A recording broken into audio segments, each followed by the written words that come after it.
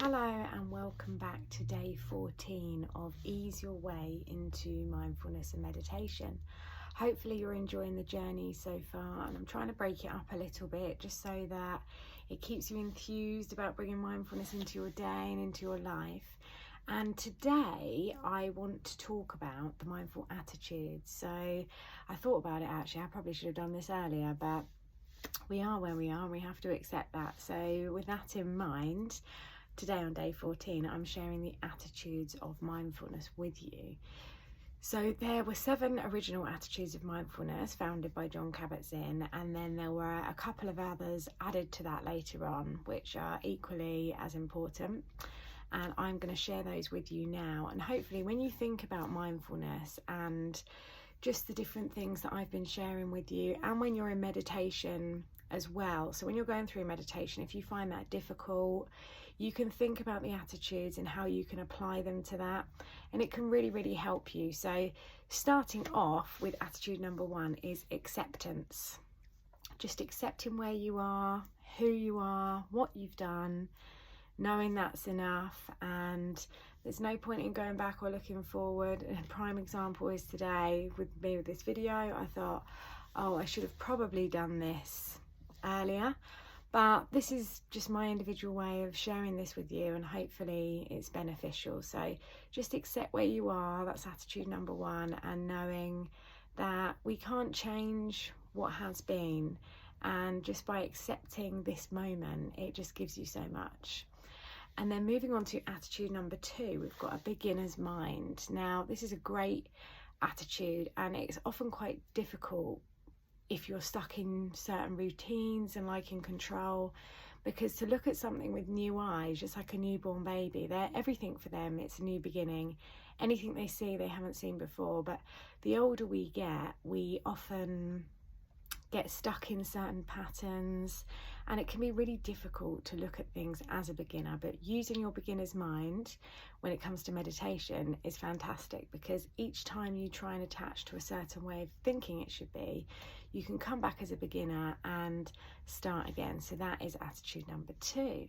Moving on to the 3rd attitude of mindfulness is trust. Now, we often place our trust in other people. We also should be placing trust in ourselves and what we know. And when you practice mindfulness, you do start to become more comfortable, and it builds confidence, and it installs this trust in you. So just trusting what you know. If something doesn't feel right, it doesn't feel right, that's okay.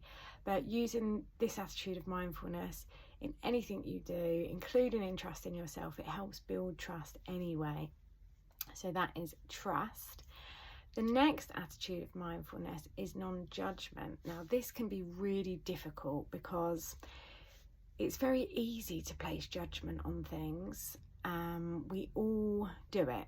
I'm sure we can all admit a time we might have judged something that's happened, or assumed something's going to be a certain way, or judged someone else unfairly, or we don't know what anybody else is going through. And it's the same again, coming back to meditation and how you can use these attitudes.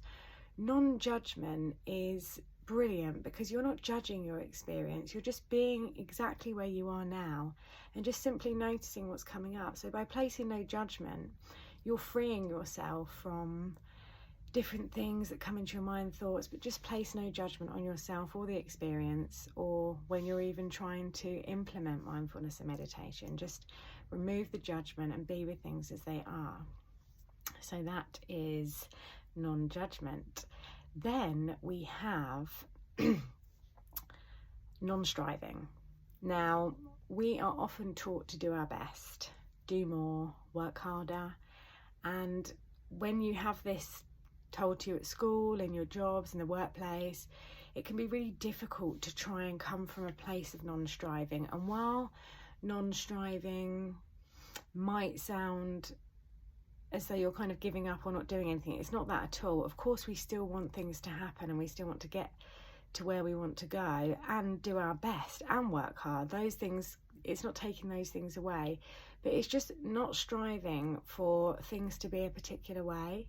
So it doesn't mean that you're not going to get to the same results or do the same things, but sometimes you just need to not always strive for that thing. Just just strip it back a little. So with meditation, that you don't need to rush or get anywhere. You don't need to strive. It doesn't need to be perfect. It just needs to be your experience, because that is what we are talking about here. It's your experience, and this flows in nicely to the next attitude, which is letting go. So letting go can be really difficult as well, but when you're coming, if you put all these attitudes, you can probably see by now that they just interlink in quite nicely. And letting go as many times as you need to is so beneficial. This has been one of the hardest for me, but to let go, it honestly brings so much. And by learning how you hold on to things, it does actually teach you how to let go, and just knowing you can let go as many times as you like. So if you think about meditation, for example, and a thought pops into your mind,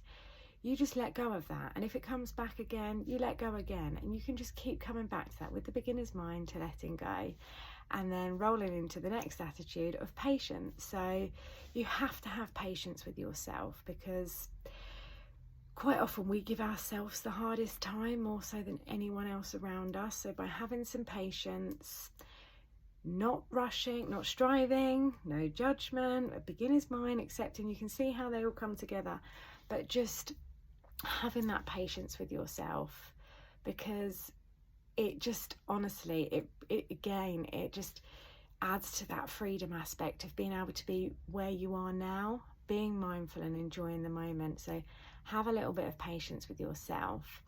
Now, they are the original 7 attitudes, hopefully I have covered, and then there were 2 additional attitudes added, so gratitude and generosity, or is now later called self-compassion.